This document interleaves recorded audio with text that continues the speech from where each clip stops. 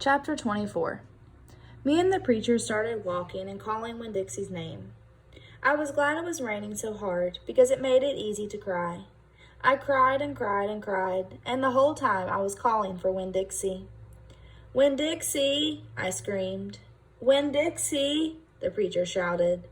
And then he whistled loud and long, but Winn-Dixie didn't show up. We walked all through downtown. We walked past the Dewberry's house and the Herman W. Block Memorial Library and Sweetie Pie's yellow house and Gertrude's Pets. We walked out to the Friendly Corners trailer park and looked underneath our trailer. We walked all the way out to the Open Arms Baptist Church of Naomi. We walked past the railroad tracks and right on down Highway 50. Cars were rushing past us, and their taillights glowed red like mean eyes staring at us. "Daddy," I said. "Daddy, what if he got ran over?" "Opal," the preacher said, "we can't worry about what might have happened. All we can do is keep looking." We walked and walked, and in my head I started on a list of 10 things that I knew about Winn-Dixie, things I could write on big old posters and put around the neighborhood, things that would help people look for him. Number 1 was that he had a pathological fear of thunderstorms. Number 2 was that he liked to smile, using all his teeth. Number 3 was he could run fast. Number 4 was that he snored. Number 5 was that he could catch mice without squishing them to death. Number 6 was he liked to meet people. Number 7 was he liked to eat peanut butter. Number 8 was he couldn't stand to be left alone. Number 9 was he liked to sit on couches and sleep in beds. Number 10 was he didn't mind going to church. I kept on going over and over the list in my head. I memorized it the same way I had memorized the list of 10 things about my mama. I memorized it so if I didn't find him, I would have some part of him to hold on to. But at the same time, I thought of something I had never thought of before, and that was a list of things couldn't even begin to show somebody the real Winn-Dixie, just like a list of 10 things couldn't ever get me to know my mama. And thinking about that made me cry even more. Me and the preacher looked for a long time, and finally he said we had to quit. "But Daddy," I said, "Winn-Dixie's out there somewhere. We can't leave him." "Opal," the preacher said, "we have looked and looked, and there's only so much looking we can do." "I can't believe you're going to give up," I told him. "India, Opal," the preacher said, rubbing his nose, "don't argue with me." I stood and stared at him. The rain had let up some. It was mostly a drizzle now. "It's time to head back," the preacher said. "No," I told him. "You go ahead and go, but I'm going to keep on looking." "Opal," the preacher said in a real soft voice, "it's time to give up." "You always give up," I shouted. "You're always pulling your head inside your stupid old turtle shell. I bet you didn't even go out looking for my mama when she left. I bet you just let her run off too." "Baby," said the preacher, "I couldn't stop her. I tried. Don't you think I wanted her to stay too? Don't you think I miss her every day?" He spread his arms out wide and then dropped them to his sides. "I tried," he said. "I tried." Then he did something I couldn't believe. He started to cry. The preacher was crying. His shoulders were moving up and down, and he was making snuffly noises. "And don't believe that losing Winn-Dixie doesn't upset me as much as it does you," he said.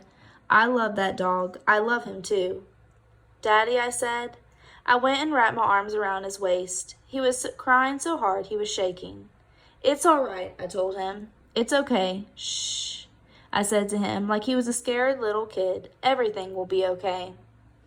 We stood there hugging and rocking back and forth, and after a while the preacher stopped shaking, and I still held on to him, and I finally got the nerve to ask the question I wanted to ask.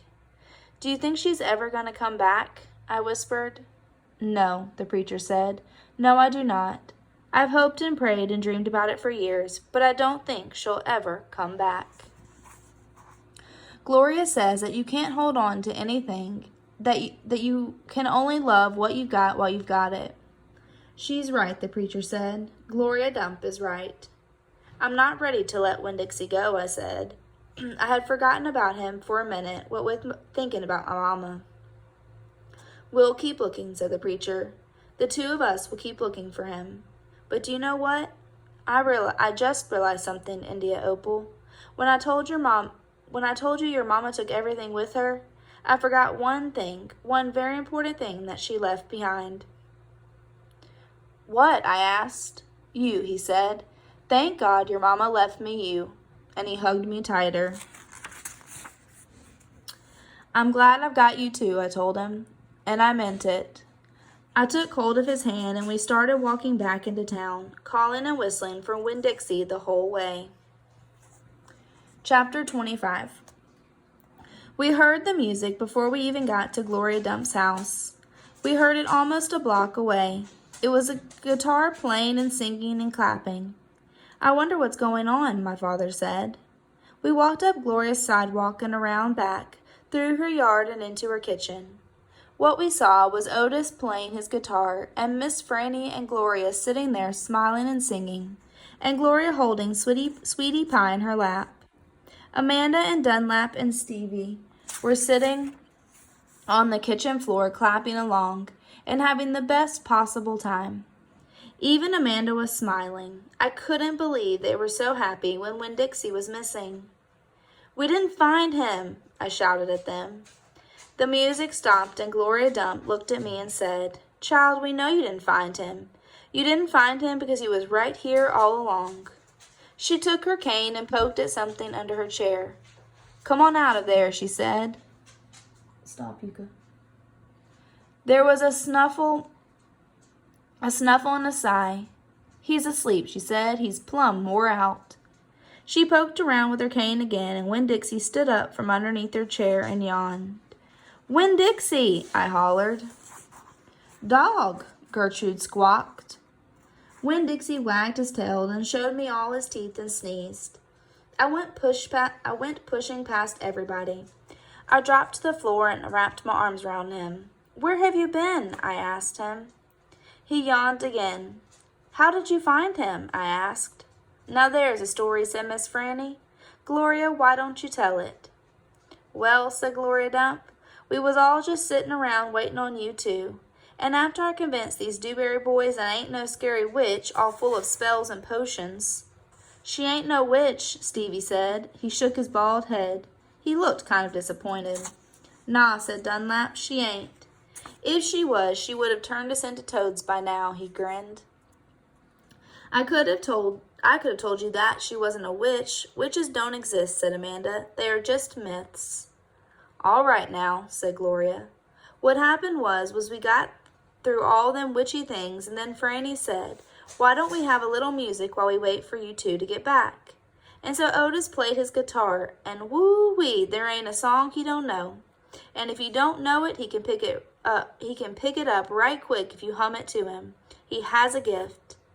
Gloria stopped and smiled over at Otis, and he smiled back. He looked all lit up from the inside. Tell what happened, Sweetie Pie said. Tell about the dog. So, said Gloria, Franny and me, we started thinking about all these songs we knew from when we was girls. We got Otis to play them, and we started singing them and teaching the words to these children. And then somebody sneezed, Sweetie Pie shouted. That's right, said Gloria. Somebody sneezed, and it wasn't none of us. So we looked around, wondering who did, thinking that maybe we got us a burglar in the house. We looked around, and we didn't see nothing, so we started to singing again. And sure enough, there was a big achoo. Sounded like it was coming from my bedroom. So I sent Otis in there. I said, Otis, go in there and see who is sneezing. So Otis went, and do you know what he found? I shook my head. Winn-Dixie, shouted Sweetie Pie. That dog of yours was all hid underneath my bed, squeezed under there like the world was about to end. But he was smiling like a fool every time he heard Otis play the guitar, smiling so hard he sneezed. My daddy laughed. It is true, Miss Franny said. It's the truth, said Stevie.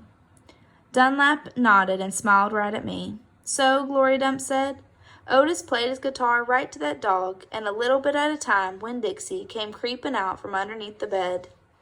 He was covered in dust, said Amanda. He looked like a ghost, said Dunlap. Yeah, said Sweetie Pie, just like a ghost. "Mm-hmm," said Gloria. "Looked just like a ghost. Anyway, the storm stopped after a while and your dog settled in under my chair and fell asleep. And that's where he's been ever since, just waiting on you to come back and find him." "Winn-Dixie," I said. I hugged him so tight he wheezed. "We were out there whistling and calling for you, and you were right here all along." "Thank you," I said to everybody. "Well," said Gloria Dump, "we didn't do nothing. We just sat here and waited and sang some songs. We all got to be good friends. Now, punch ain't nothing but water, and the egg salad sandwiches got tore up by the rain. You got to eat them with a spoon if you want egg salad, but we got pickles to eat, and litmus lozenges, and we still got a party going on." My daddy pulled out a kitchen chair and sat down. "Otis," he said, "do you know any hymns?" "I know some," said Otis. "You hum it," said Miss Franny, nodding her head, "and he can play it." So my daddy started humming something, and Otis started picking it out on his guitar, and Winn-Dixie wagged his tail and lay down underneath Gloria's chair. I looked around the room at all the different faces, and I felt my heart swell up inside with pure happiness. "I'll be back in a minute," I said. But they were all singing now and laughing, and Winn-Dixie was snoring, so no one heard me. Chapter 26. Outside, the rain had stopped and the clouds had gone away, and the sky was so clear it seemed like I could see every star ever made. I walked all the way to the back of Gloria Dump's yard. I walked back there and looked at her mistake tree. The bottles were quiet. There wasn't a breeze, so they were just hanging there. I looked at the tree, and then I looked up at the sky. "Mama," I said, just like she was standing right beside me, "I know 10 things about you. And that's not enough, not near enough. But Daddy is going to tell me more. I know he will, now that he knows you're not coming back. He misses you and I miss you, but my heart doesn't feel empty anymore. It's full all the way up. I'll still think about you, I promise, but probably not as much as I did this summer." That's what I said that night underneath Gloria Dump's mistake tree.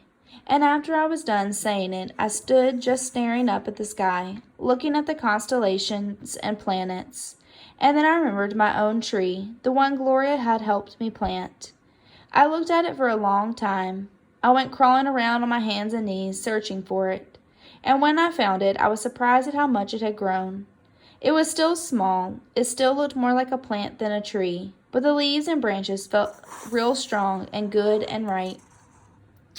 And I was down on my knees when I heard a voice say, "Are you praying?" I looked up. It was Dunlap. "No," I said, "I'm not praying, I'm thinking." He crossed his arms and looked down at me. "What about?" he asked. "All kinds of different things," I said. "I'm sorry that I called you and Stevie bald-headed babies." "That's all right," he said. "Gloria told me to come out here and get you." "I told you she wasn't a witch." "I know it," he said. "I knew it all along. I was just teasing you." "Oh," I said. I looked at him close. It was hard to see him in the good in the dark yard. "Ain't you ever going to stand up?" he asked. "Yeah," I said. And then he surprised me. He did something I never in a million years thought a Dewberry boy would do. He held out his hand to help me up, and I took it, and I let him pull me to my feet. "I'll race you back to the house," Dunlap said, and he started to run. "Okay," I shouted, "but I'm warning you, I'm fast." We ran and I beat him. I touched the corner of Gloria Dump's house right before he did. "You shouldn't be running around in the dark," said Amanda. She was standing on the porch looking at us. "You could trip over something." "Aw, Amanda," said Dunlap, and he shook his head. "Aw, Amanda," I said too. And then I remembered Carson, and I felt bad for her.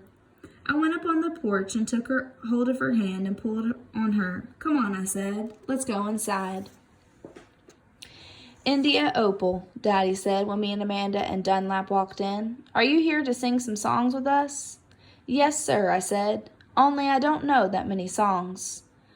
"We'll teach you," he said. He smiled at me real big. It was a good thing to see. "That's right," said Gloria Dump. "We will." Sweetie Pie was still sitting in her lap, but her eyes were closed. "Care for some litmus lozenge?" Miss Franny asked, passing me the bowl. "Thank you," I told her. I took a litmus lozenge and unwrapped it and put it in my mouth. "Do you want a pickle?" Otis asked, holding up his big jar of pickles. "No, thank you," I said. "Not right now." Winn-Dixie came out from underneath Gloria Dump's chair. He sat down next to me and leaned into me the same as I was leaning into my daddy. And Amanda stood there right beside me, and when I looked over at her, she didn't look pinch-faced at all to me. Dunlap cracked his knuckles and said, "Well, are we going to sing or what?" "Yeah," Stevie Ray echoed. "Are we going to sing or what?" "Let's sing," said Sweetie Pie, opening her eyes and sitting up straight. "Let's sing for the dog."